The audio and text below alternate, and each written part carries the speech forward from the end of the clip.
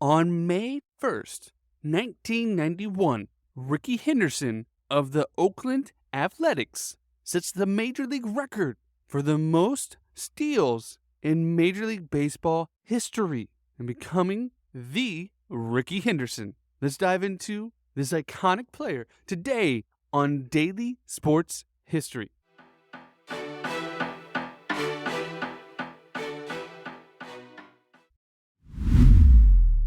Welcome to Daily Sports History. I'm Ethan Reese, your guide to a rapid deep dive into sports history every day. Now, Rickey Henderson was born in Chicago, Illinois, in the backseat of an Oldsmobile on the way to the hospital. Henderson always joked he was already fast and couldn't wait. And Henderson grew up bouncing around with his family, living with aunts, uncles, and grandparents, as well as his mother and father. But from an early age, Rickey showed signs that sports was his calling. And not only baseball, he had a knack for football as well. As in high school, he was an All-American running back who had multiple 1,000-yard seasons and had over a dozen scholarship offers to play football. But he also was a great baseball player and was drafted right out of high school in the 1976 Major League Draft in the 4th round by the Oakland Athletics. So he had to choose between football and baseball. And his mother stepped in and said, if you want to have a long career, then we need to go into baseball. And Rickey listened to his mama and started to take the baseball world by storm. Now, Rickey started in the minor leagues and showed great talent right away. In his first year with the Boise A's in the Northwest League, his batting average was .336, and he hit 3 home runs with 2 triples in only 46 games. Then he moved to the Modesto A's, where his batting average went up to .345 in 134 games, and broke the league record for total stolen bases with 95 during that season, and was voted the team's most valuable player. And he continued to move up through the ranks until June 24th, 1979, when he finally made his Major League debut for the Oakland Athletics, getting 2 hits and 1 stolen base in his first game. His first season with the Oakland Athletics, he had a batting average of .274, starting his career with 33 stolen bases in just 89 games. And the next year was his first year playing a whole season in the major leagues, and he came out running, becoming only the 3rd player to ever steal more than 100 bases in a season.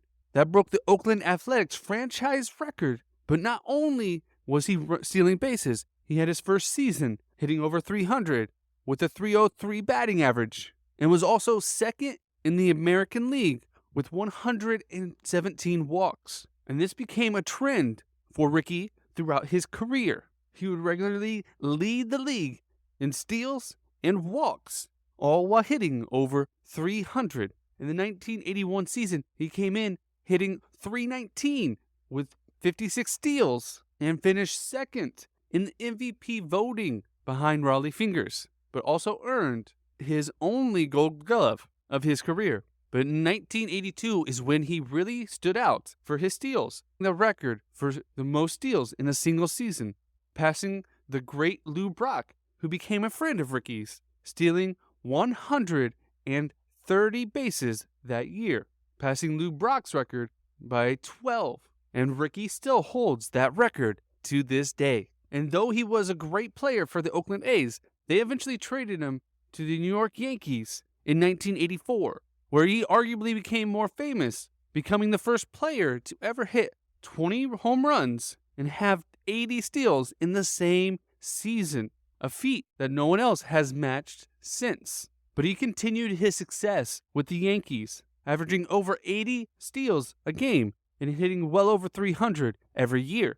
And in 4.5 seasons while with the Yankees, he set the franchise record for the most steals with 326, a record that stood until Derek Jeter passed him, playing 1,700 more games with the Yankees than Rickey. He was eventually traded in the 1989 season, as the Oakland A's were having a lot of success and were looking to capture another World Series and needed a great leadoff hitter. And despite that year being Nolan Ryan's 5,000th strikeout victim, he helped lead the Oakland Athletics to a World Series title, winning his first title over the Kansas City Royals. And he came back the next year on fire, leading the league in runs, stolen bases, on-base percentage, and finishing 6th in home runs, winning his only MVP of his career, and was able to lead the Oakland A's back to the World Series. But unfortunately, they lost to the Cincinnati Reds in 4 games. But he finished that year with 936 career steals, just 3 away from breaking the all-time record. So the 1991 season started out with him going after the record. In the opening game of the year, he was able to steal another base, and the crowd was expecting for more.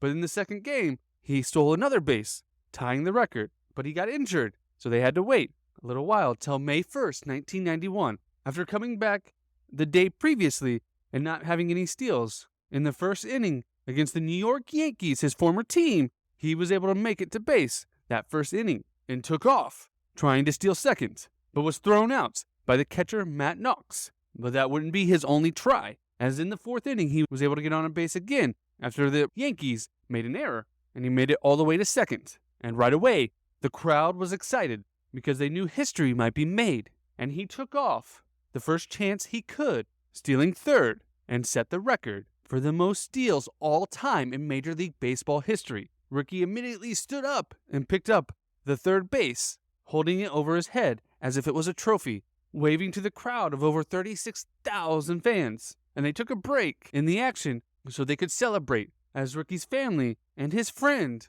who he just beat the record, Lou Brock, all came out to show their support for Rickey and celebrate this great moment. And Rickey took the mic, said, "It took a long time, huh?" And Rickey wasn't even close to being done, as he would play another 11 seasons in the major leagues, bouncing around to multiple teams. In 1993, he was traded mid-season to the Toronto Blue Jays, who needed a great leadoff hitter, and he helped lead them to a World Series, getting his second World Series ring. Then, in 1994, he headed back to the Oakland Athletics, where he would start bouncing around from team to team, playing for the San Diego Padres, Anaheim Angels, back to the Oakland Athletics, to the New York Mets, Seattle Mariners, back to the San Diego Padres, the Boston Red Sox, and he would finish out his last year in 2003 with the Los Angeles Dodgers. Over his career, he would set multiple records. His final stolen base total is 1,406.